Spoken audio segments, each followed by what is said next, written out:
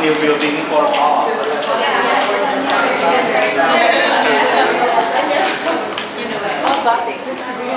Yes. It's so special because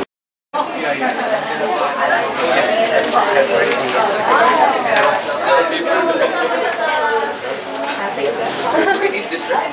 No. dapat din one day na mabalik tayo.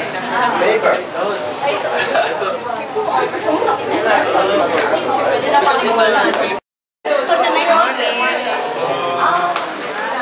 Morning. Morning. For the next morning.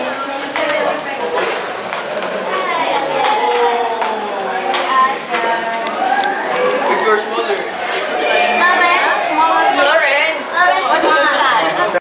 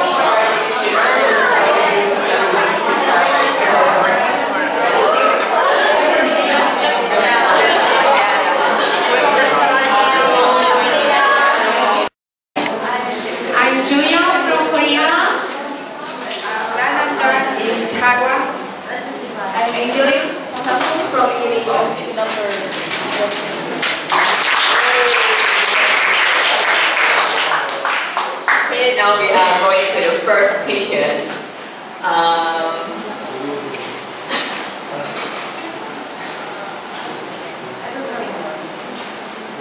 The first question is about our experience in Tagalog hamlet. And we found that there are a lot of experience, but most of all, first is the greeting gesture. You know that Indonesia have a unique gesture that maybe you can try. Okay, we have this gesture. You know, these are our greetings when we are going inside a house or we are going to living. We are always doing that gesture. And second, we have that Tagalog have traditional and simple lifestyle. We have a very traditional stove. We didn't have a ceramic ground. We still walk in the soil, and our roof is still made of clay. The third is the kindness. We feel that all the people in the Tagalog is very kind. We serve food. We are giving a good bathroom, even though didn't have a lot of money, but they are always give us the best. And the fourth, even if they have more religious, they have religious or Buddhist, Christian, and Muslim, they are always live together, and they are very harmonious. Also, the food and beverage, we acknowledge that they are low sweet food. The tea is very sweet. They always add sugar on every food they have made. And there's a lot of spicy food. A lot of us cannot eat spicy. I think for Philippine people, I think Philippine people is love spicy, but from I think Japan or Taiwan, it's too spicy for them to eat the food. And the religious idea, they think that the religious is not as an obstacle to live together. They see that the religious is a base. They are Christ in one God. They only see the religious as the way to serve their God. And that's all. Now I'm going to share the learnings that we acquired from our experiences. So,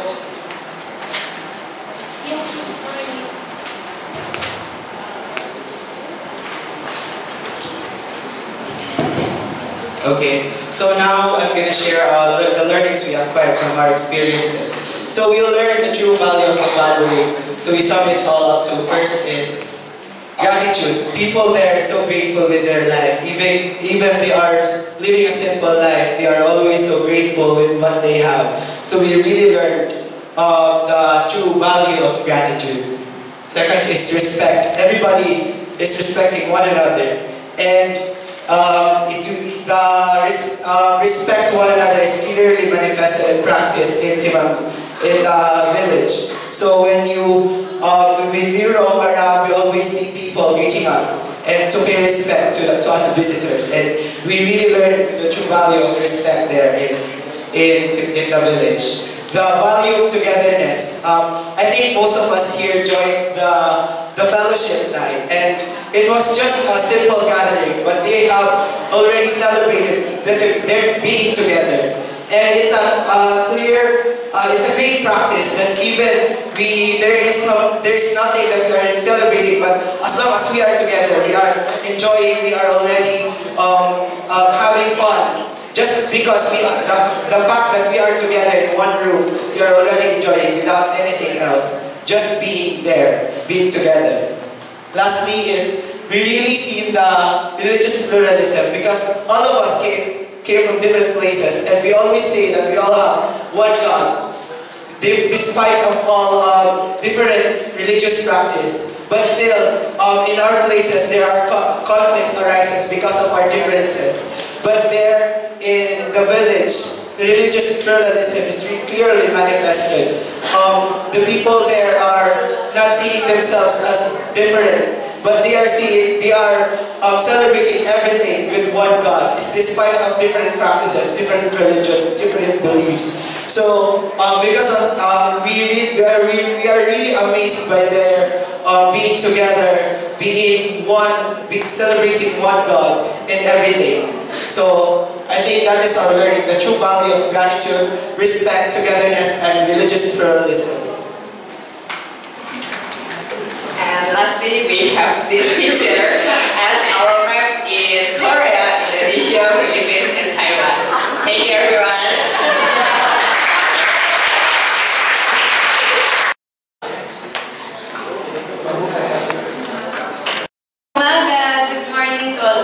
Good morning to all of us. So we're Group 8 and I am Hazel from Philippines. My name is Kurara, I'm from Japan. My name is Renata, I'm from Indonesia. My name is Greg from Indonesia. Oh, wait, my name is Chandra and you also call me Greg. It's okay. No, he's Greg from Philippines.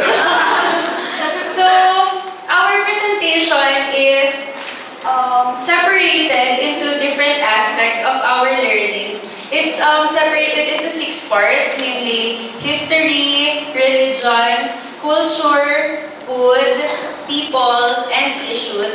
Let's start. So first is history. Do you know the history of the Banyu Urip Hamlet? No? Okay, I will tell you the story. In 1999, the village was at harmony. So there were still many conflicts based on religion among them. But then we have this time. It must be 2002. In 2002, there were a new election for the leader of the village. His name is Mr. Soegijapranata.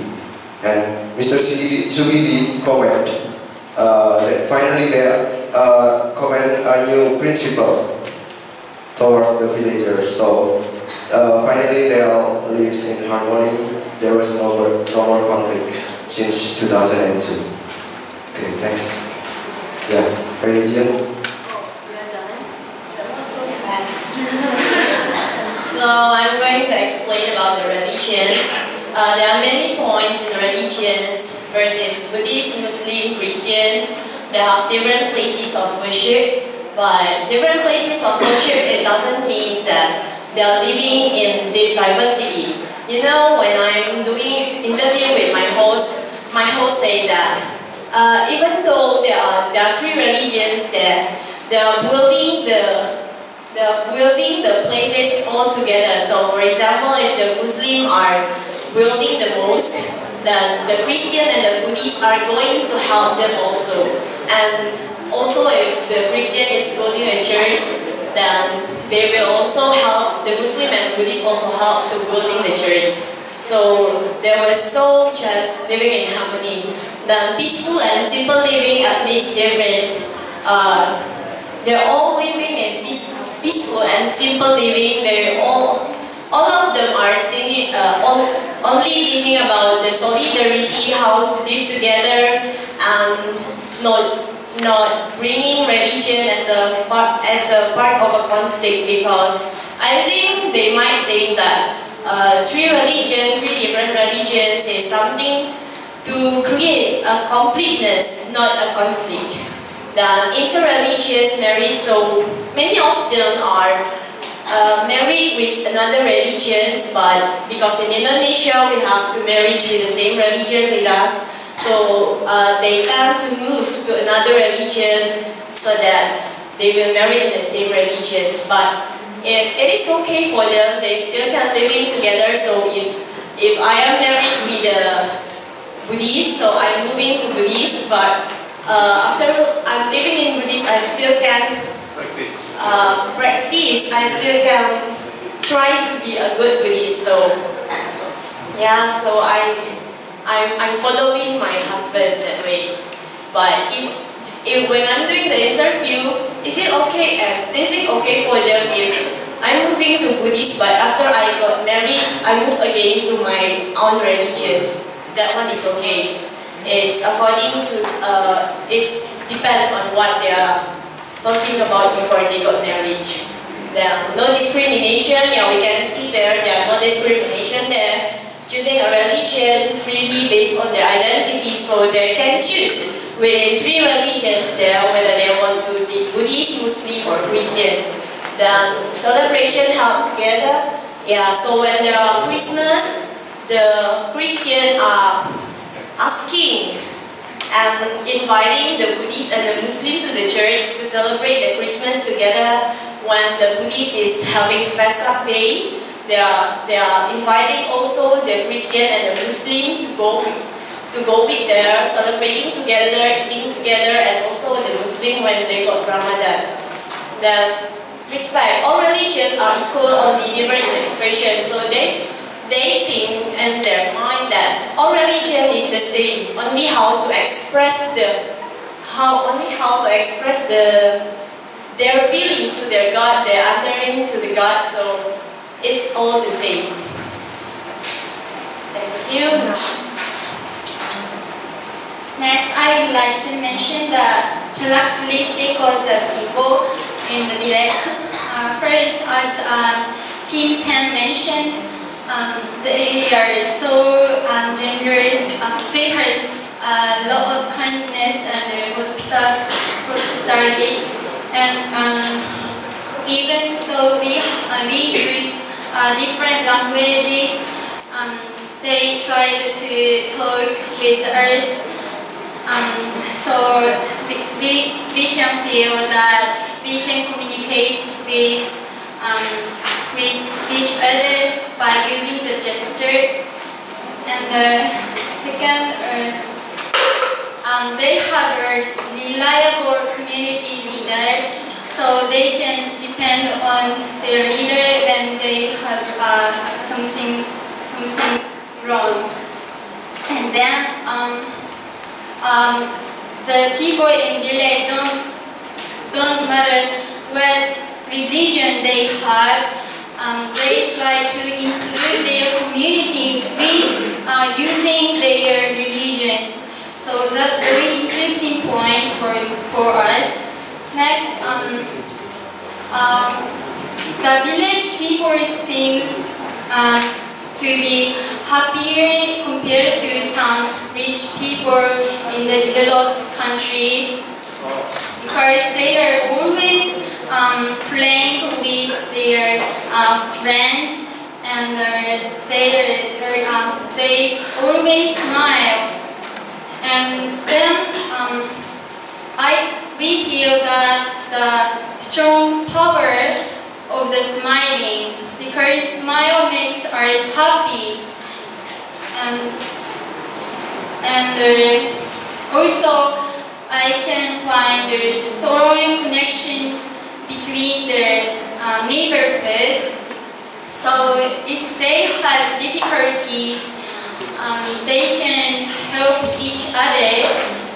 So that's good situation. Next, I'd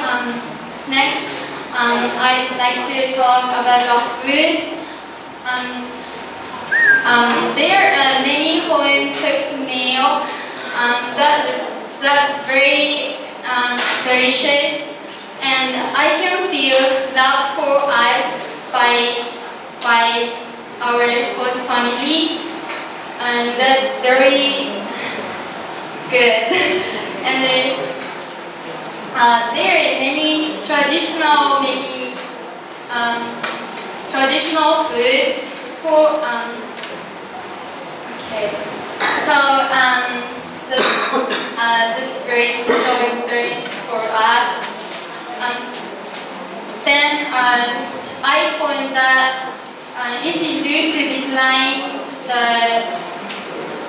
decline their offer to eat something when the food. Even though I'm a Filipino, and we know that the Philippines and Indonesians have a lot in common, this somehow surprised me, because when someone entered the church, when we were in the church together,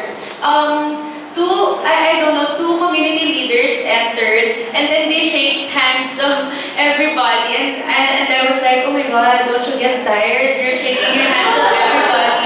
And that's a custom here in Indonesia. And I noticed also that people are bowing or nodding like this when they meet other people. And the people in the village are always smiling. So it's really contagious when they smile and you see them. It's like you're happy too.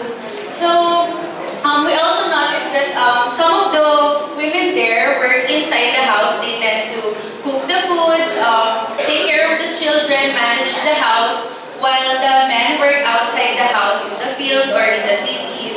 And the sign of respect, the culture in Indonesia, and especially in the village, is very strong. So I took notice of their sign of respect, like ibu, pa, mas, ba, and de. And the houses look the same, especially the roof. So it's really cute when you see it on the bird's eye view. And there are names on the doors, unlike in the cities where the numbers are placed. So the villagers are also united by art, like what the one community leader said. And then, last slide.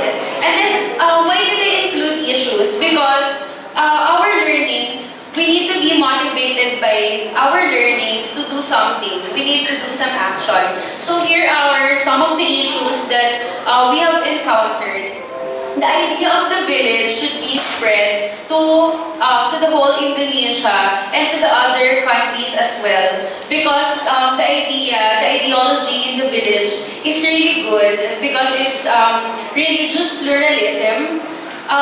There are many religions in the country, and it should somehow, their model should be like the Bani Urip village. And the model of Indonesia, I'm not really sure if this is the exact model of Indonesia, correct me if I'm wrong.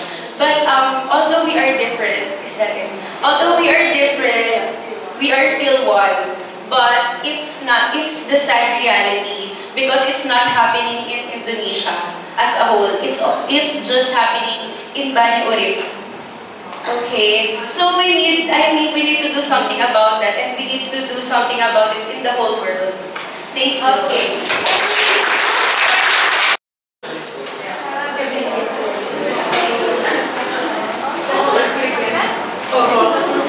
Hello everyone, our group 5, and I'm Amy from Korea. I'm not Indonesian. I'm Garanga from Indonesia. I'm here from Japan. I'm Satya from Indonesia. Okay, we started. From Tuesday to Wednesday, we visited the Bani Urip campaign in Semarang. The people are so kind and extremely friendly. Also, our host families welcomed for us and gave many snacks and juice. We have been looking around the village. They also said to us, come here and eat the foods and snacks. So full, and that's interesting. They always opened the door and took care of another house children and communicate with their neighbors. Also, actually, we didn't know for the host a number of dogs and hens in the street because they always took a rest into every house. That's amazing. So we think about this service learning. It's very nice every experience and have a good opportunity. Everything is so awesome. So the question is about how they celebrate their religious days and how they just invite another religion to attend their religious day. In my host, they told me about their religious day. They are involving themselves into another religious who are celebrating their religious day. They attend each other religious days and make it as theirs also. And they help each other preparing until finishing. On the other hand, it's not only the religious days that stick them into a boundary, but there's another events like a burial ceremony. maybe if for example, in Islam tradition, the whole prayer and burial ceremony will be in Islam, but there's no possibility that the Buddhist or the Christian help them digging the hole or lifting some the coffin and so on. Okay, to the third question, how do people develop their religious faith? In Banyuri Bhagat, I think all the people always help each other. For example, when the Christian will put the religious place, they work together to build the church. The people from their religion donate their money and buy the material, and all the people from different religion come to help them to physical work. And I think that's because the inclusiveness religion, therefore they always help each other. I'm talking about interreligious marriage or testimonials, and this is like my class, and they are all legendary also Buddhist. But like I heard that like Buddhist is much easier to change to religious, so they are compared to religious. So it's like if they get married with somebody from Buddhist, they just following their partner's religious. But if they are not like a Buddhist, they just discuss each other and they get parents from permission, because like a marriage permission is including like their religious permission.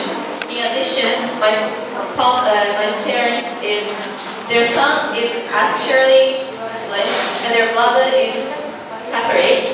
Yeah. So like no matter what they pick them to their family relationship, it doesn't matter about religions. Okay, for the last one, I will be telling you about how we find a way for the religious inclusiveness in the archipelago, in the agriculture.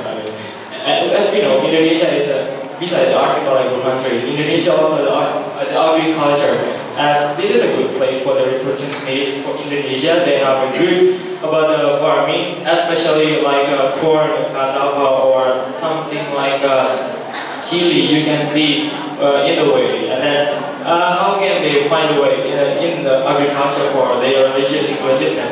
The first one, we can see when we all of us, when some of us went to the field, and then we helping our host dad, our host mom to go some field, and then they met with the another one. They will accompany you until you finish your job, and then we can going home together. I think it is a good thing as a habit for them to make their connection is really good. And then another one for the agriculture. Actually, they have another media to connecting them, to unite them, like what we saw in the last night about the cultural performance. Right? This is a good media to them to unite their community, to make them really good family. So I have some summary here to our service learning in Temanggung. We have the first one, living harmoniously. Even they have various of religion, they can be a model for another place of a country who face the problem about the diversity of religion. And then the second one, the communication, the strong communication and trusting each other will make you living better. And then the last one, respecting our culture and our grandparents. They have a good intuition for our future. So that's all from our group. Thank you. We're from group 9, and firstly we want to introduce ourselves first. I'm Hamda from Indonesia. I'm Ashwarya Bayer and Ash from Philippines.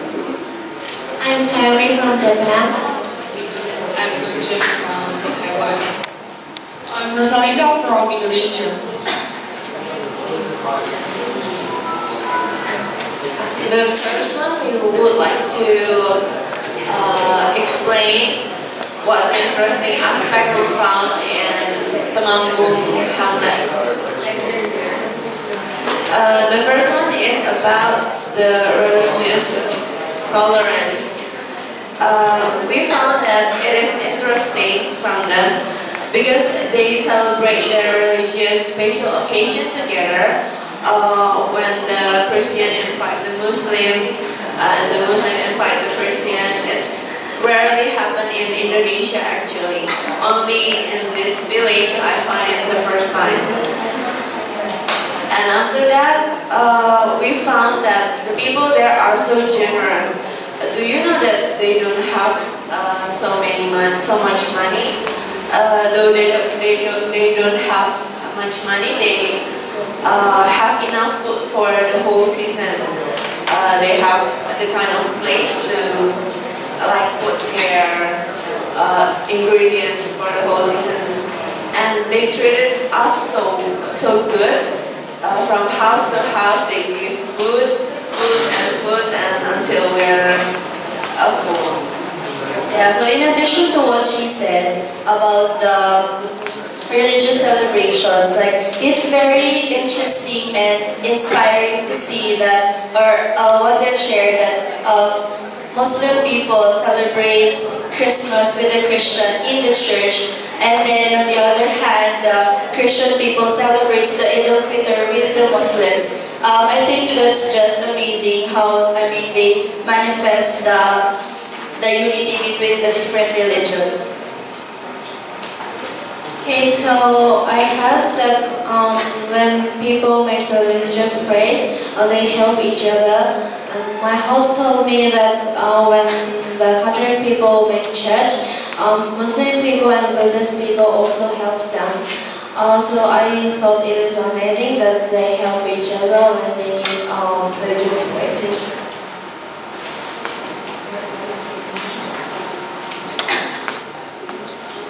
Okay, I will tell you more about interreligious marriage. Actually, we know that in Indonesia, there's a rule that makes the people here have to be in the same religion if you want to get married, right? Is that right? Right. As Indonesians, yeah. Right. But in this case, in this village, it is not a big problem. But because actually, it is very common for people with different religions to get married here, and for the discussion about who will convert into different religion is not the main problem. So here is some story perhaps to make it easier to understand. The first one, when a Christian girl gets married to a Muslim boy, and still one of them has to convert to the certain religion, right?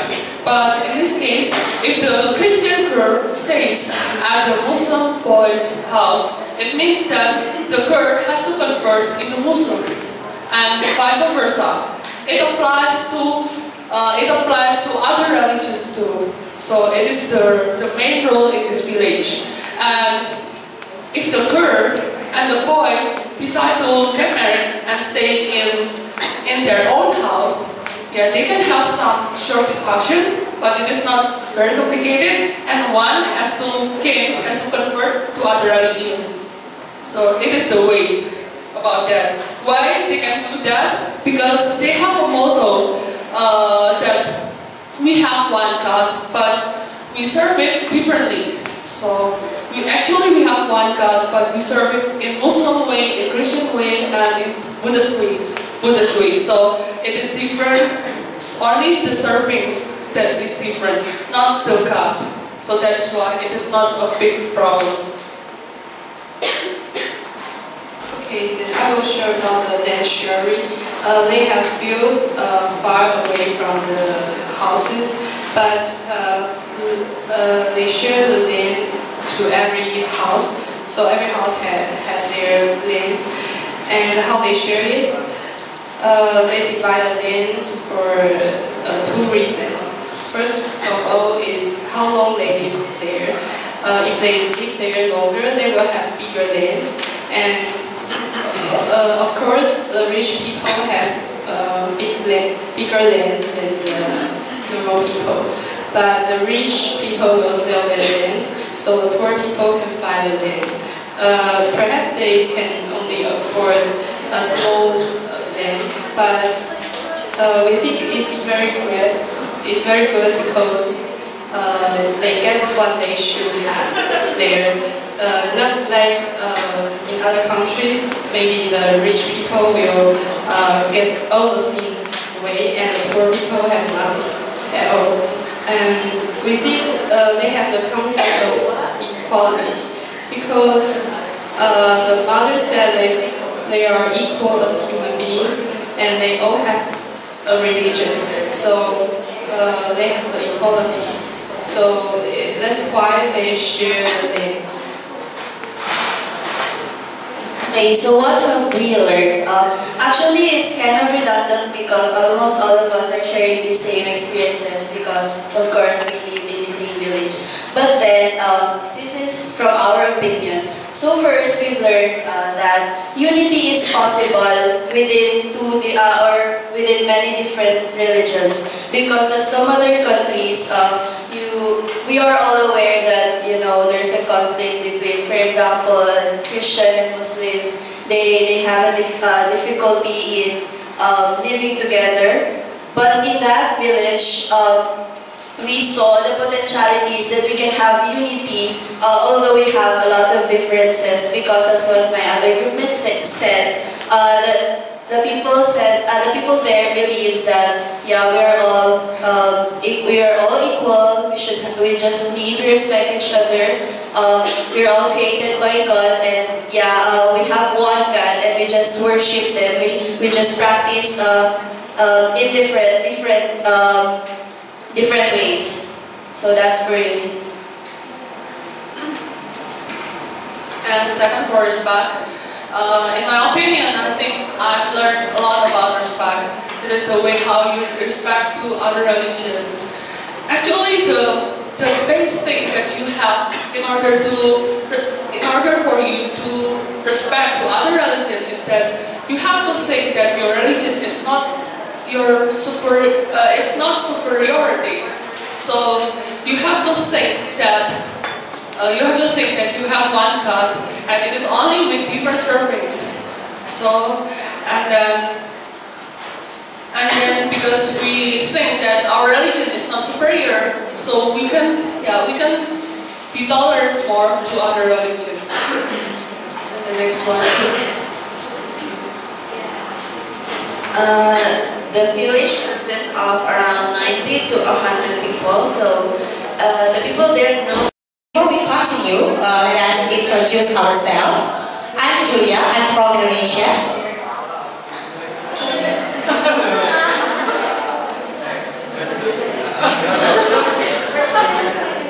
I'm Lawrence from the Philippines. Okay, sorry.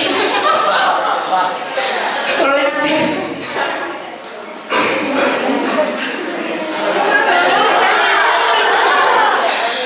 Okay, sorry. I'm Julia. I'm from Indonesia. Joanna Chimeo. I'm Lawrence from the Philippines. Hi everyone, I'm Ariana from Philippines. Ciao, I'm Yu Takahashi from Japan. Magandang umaga, I'm Hemi from Indonesia.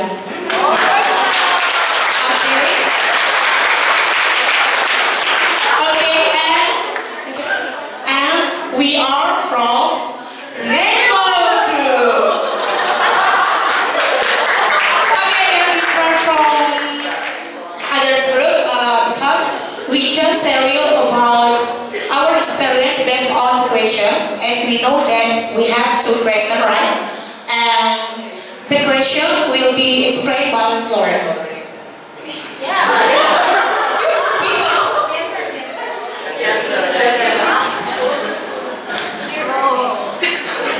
Okay, so for the first question is about religious inclusiveness, right? So in for our answer, they respect each other even if they have different religion, because there are three religions there, as stated earlier: Buddhist, Muslim, and Christian. Because all religions are good and do not teach bad things. Yes, of course, they don't teach. Based on what they said earlier, despite their diversity in religion, they serve one God but in a different way. That's what they said earlier. For the next, similar to the religious inclusiveness, in the dance, the art they show the dance, like that. Even though they were from different religions, they danced as one. No discrimination, no judging. They worked together to perform that Indonesian dance, that very creative Indonesian dance. Next, the people are united and do not leave their religion as a barrier for their unity in their place. So, similar to the previous questions, despite having different religions, they respect each other, they don't discriminate each other, and they love each other as one community. And also, in that item, the people don't think their religion is superior to others. They respect each other. They think their religion is equal to others. Therefore, they have the respect, the unique respect that is absent to other places. Because it is very unique in Banyu that they respect their religion and they are one. Since even though their religions are very different, they are one in celebrating their celebrations, and they invite others, and they are open to the customs of other religions.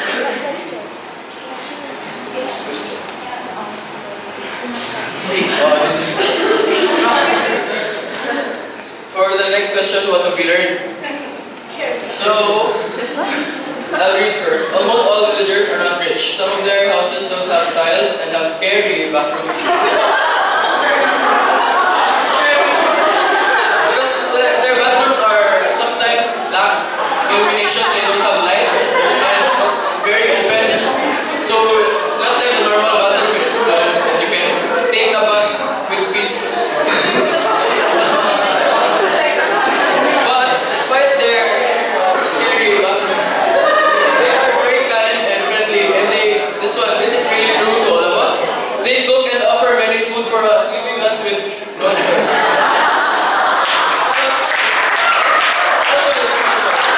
I'll share to you my personal experience because I'm with China.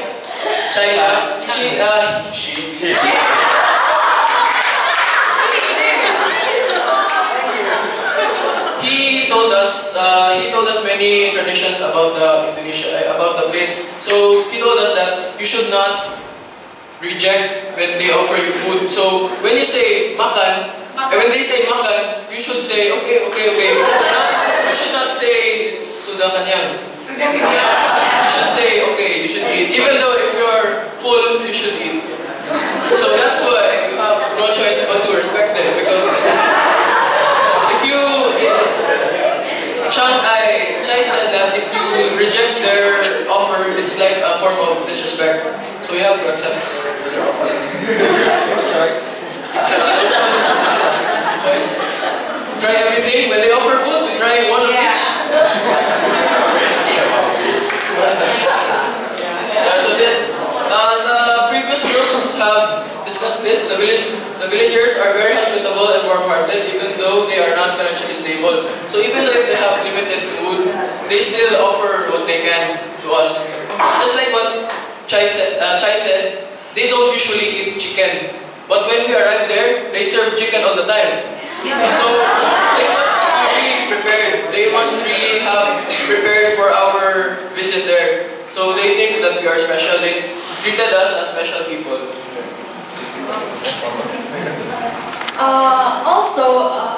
We saw how the farmers planted and what they harvested. Today is drought season to them, but they still offered us food, and some of us received gifts from them, right? Yeah. Some got coffee beans, some got cassava, some got sugar, different crops. But instead of selling them so they can have money, they give it to us because they want us to be feel welcome. to their place. Also, when we went there, we saw the coffee beans on the streets, right? It was dry. They were drying it so they can brew, so they can grind and brew. The coffee, it is different from the city because they grind the coffee, they make the coffee from scratch, from the So, good morning, press. Morning. Here we are groups 3, 5, and 6 from Kujumati. We are merged together. And 4.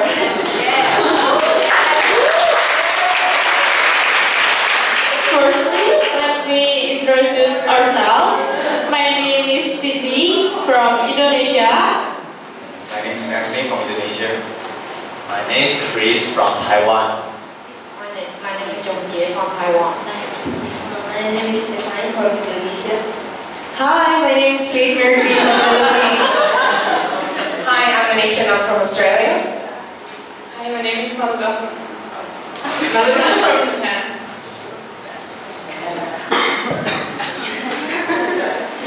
Yeah, in this special occasion, we would like to present our experience, one lesson learned in Kujumati, especially in educational case. And firstly, we start from the Taiwan delegates. Yeah.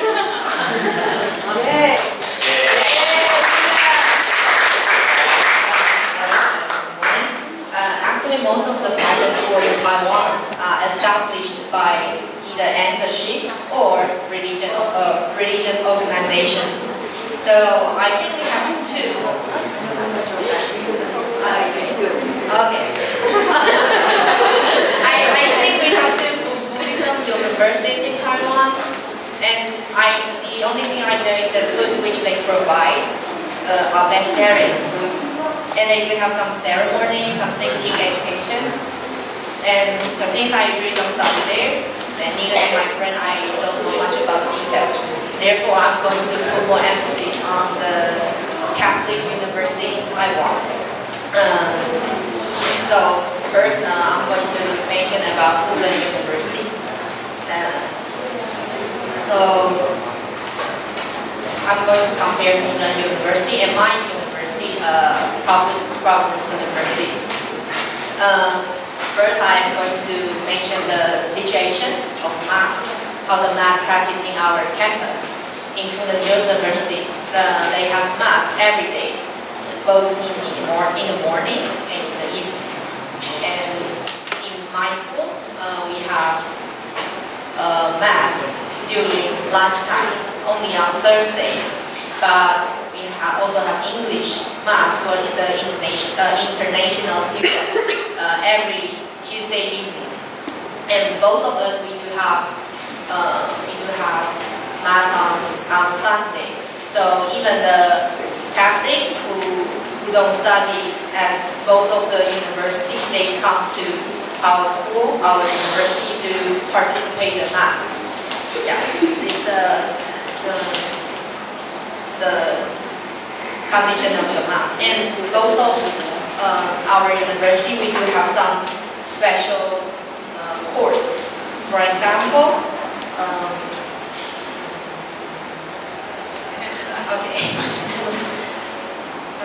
Fudan University, they do have some course like philosophy, but it's not the only philosophy.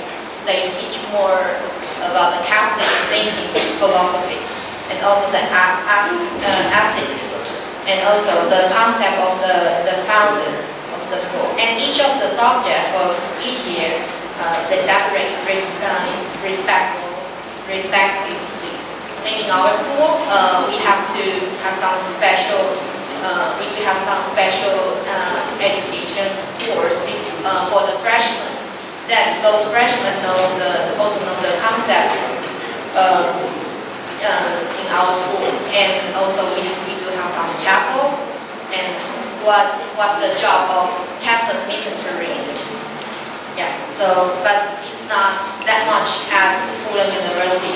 We only have the lecture for those freshmen for 2 hours. And next I'm going to mention about the service learning. Most of us, we have to do the service learning. So we cooperate with some orphan or the home for the aged, elementary school, and even some Christian or Christianity foundation or organization. And each of all the students in Providence University, we have to do the service learning for 50 hours in one semester in our freshman university life.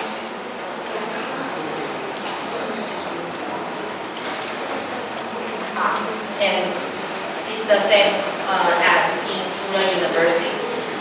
And also we have to finish 4 lectures. So there's a card. We have to collect the stamp after hearing the meeting or conference, or sometimes you have to watch the video the school provide you. Thank you. I haven't prepared an outline, so I'm very sorry if it's not very well organized, and I'm quite nervous. So please bear with me if you feel that I'm trembling, and yeah, the air condition is cold. Okay, so let's begin. The education in the okay, let's do this.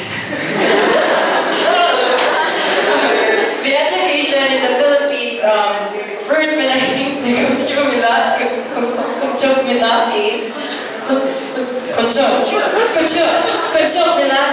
I was really impressed by the students because they said that before the briefing that this school is for children who were not able to, pay for the tuition, and also this is a school for free for children to educate for free. Yes, and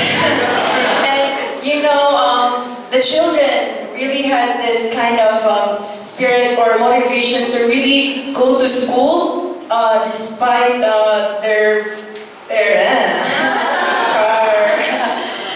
yeah, and where am I?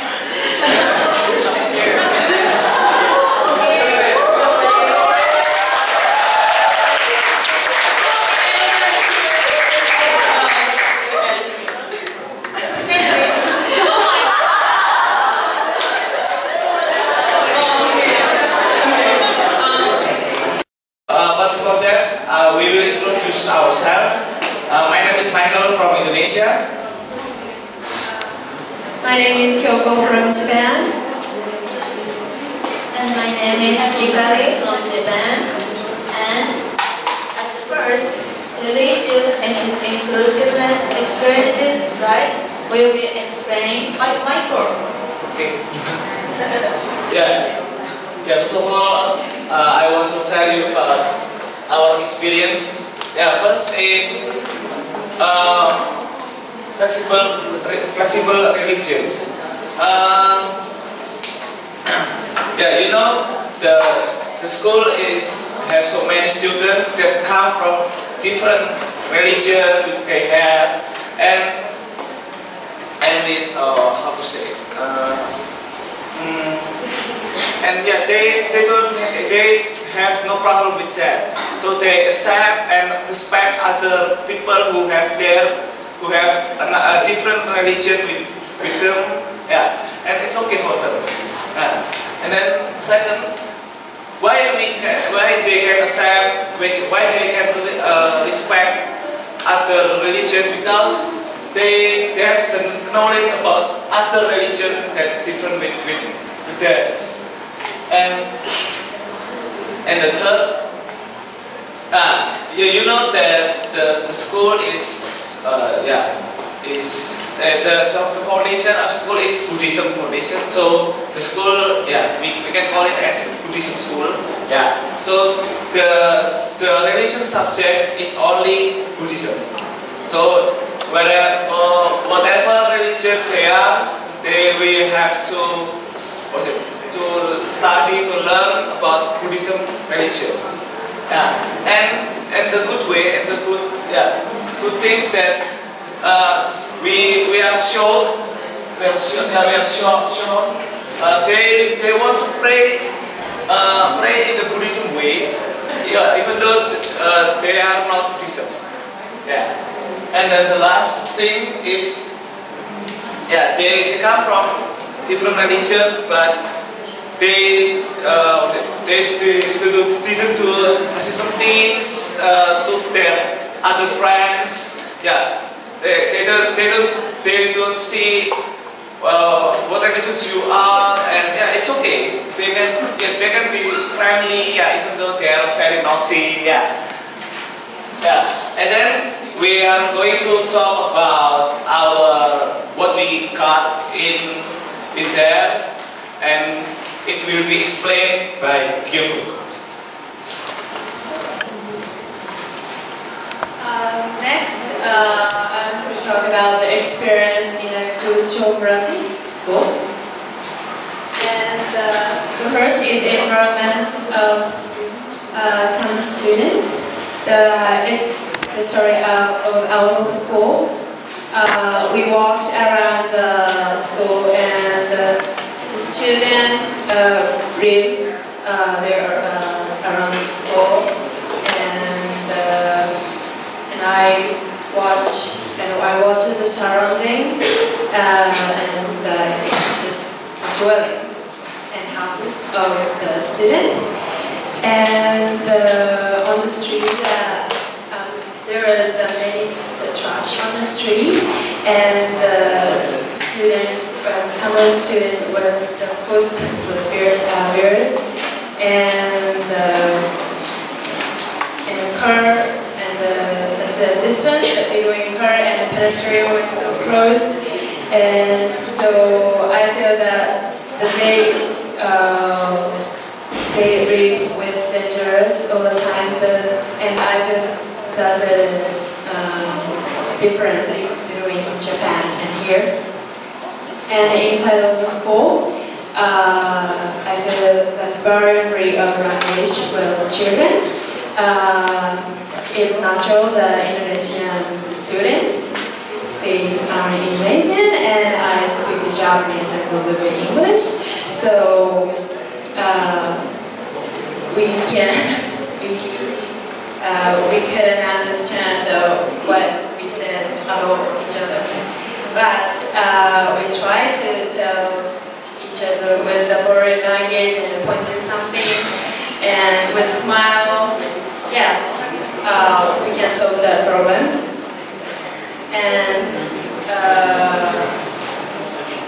yes, and the rest is the character of Indonesian kids. They're so friendly and open mind and kind. They're like the full of happiness, and we Japanese teaches taught the Japanese traditional things like origami, holding the paper and stuff like that, and a little bit kanji. And they're very first to memorize Japanese and to learn something, and the children focusing on what we told them. And while we were teaching the Japanese and the kanji, I found the same point between Indonesian and Japanese. It was interesting point. We told the students and kanji a little bit. Maybe it's a bit hard and tough for students, and some of the students made some mistakes. But every student made a mistake at the same point. And when I remember when I was a kid, I may have had the same mistake at the same point as Indonesian students. And the Indonesian student, the beginning of the class and at the end of the class, they were bold and say hello, the Mr. Michael, the Miss Kyoko, and Miss Yukari. Yeah, it's a very close Japanese way. Thank you.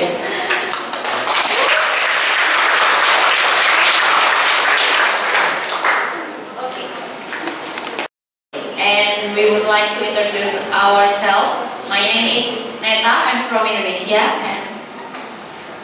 Hi, my name is Monica from Indonesia.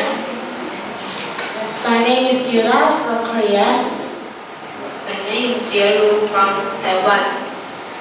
I'm Yuri from Japan.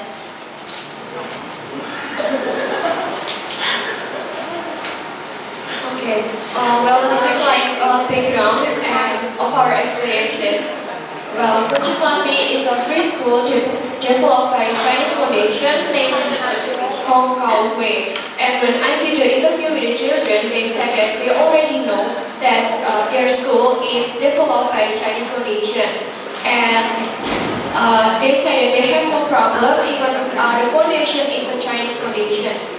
And although Soegijapranata is based on Buddhist, so children from any other religion can study there. So actually, Soegijapranata is a Buddhist school, but when students from any other religion, for example, they are Christian, they are Catholic, they are Muslim, they can join and study in the Soegijapranata. And the students are taught about Buddhist value and how to pray in Buddhism. However, the students still hold on their religion. So we see that every morning before the students start their activity, they always pray together, but they pray in Buddhist way. But they say that it is okay because they are still Christian, they are still Catholic, but when at the school they pray in Buddhist way. And then not only students who come from different religious background, but there's also some Muslim teachers and they wear jilbab. Do you know it, guys? It's like, when women, when they're Muslim women, they use like a cover to cover their head. They stand up to show that she is wearing jilbab. And it is a sign that she is Muslim, but they also become a teacher in the Soegijapranata. And when I did the interview with the teacher, they said that they also receive donation even from the leader of other religions. So there's like a priest from many Catholic and Christian, and they also give the donation for the Soegijapranata school. And because of religious inclusiveness, there are a lot of peace, harmony, solidarity in Soegijapranata school. So they feel like they are not different from each other, but they are one. Okay, and for the question number 2, what have you learned? Actually, we learned so many things, but we write some of it. We as the service learners learned that service learning is not only about how we serve them well, but it is also about what we get and learn from the experience, and also how we will share the experience to other people. And the students welcome us very well, and it makes us realize that the religion background cannot separate us from one another. For instance, in Soegijapranata school, we learned that our religious background doesn't matter among us. We shall receive the difference among us and make it into one perfect combination. And the important thing that we can learn is that we should not think about what we receive in the future, but we have to highlight what we can give to other people without considering our religious background. Okay, and the next, my friend from Korea, Japan, and Taiwan will share about the difference of the children in their country and in Indonesia.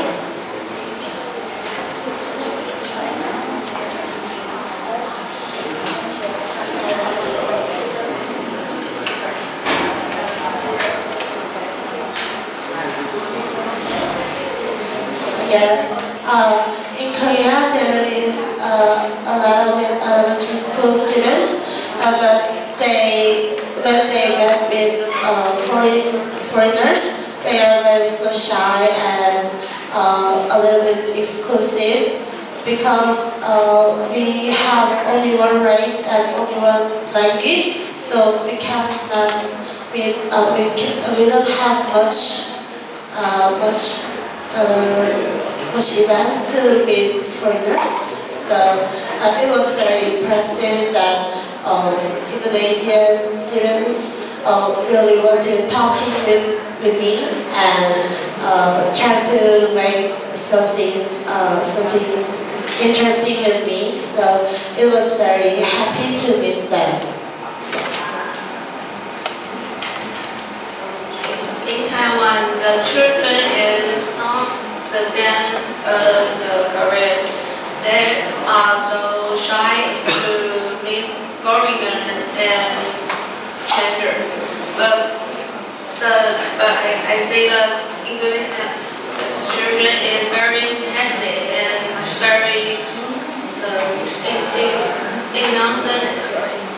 innocent. So I think that they are very good and they are very want to make friends with us. So I'm very happy to make it. Thank you. In Japan, there are a lot of difference between Indonesian children and Japanese children, but especially I found the difference in aspect of behavior, their behavior when they saw the first time foreigners. So in Japan, when children see at the first time foreigners, they would probably get scared a little bit and also be quiet, and because in Japan is one island and there is no country that next to each other. So they don't know so much about the world, so they might be it is a little bit scared for them to see foreigners. But in Indonesia also is an island, but Indonesian children are so nice and so open-minded. Even all Indonesian children in the school are so nice. Yeah, that's the difference. Okay, and based on their experience, we can conclude that all the Indonesian kids in Soegijapranata welcome us very well, and when they see the foreigners like me and like us, they see us like a superstar, and they ask us for signatures. And then there are some pictures. This is when the students were praying in Buddhist way before they started their activity. Next. The students and me and Yura were taking a selfie when we were making batik. And the last picture, the students sang sayonara for us at the closing ceremony. And the conclusion that we can conclude is that religious inclusiveness is about humanity. We have similarity because we are all human beings. And when this value always unite us as one, despite of all differences. And we will close this presentation with a quote: "Be the light and salt wherever, whoever, and whenever you are, without considering what other people's religion backgrounds are. We are all in one diversity. Make it as a perfect imperfection. Share your love and nurture your sense of humanity." Thank you.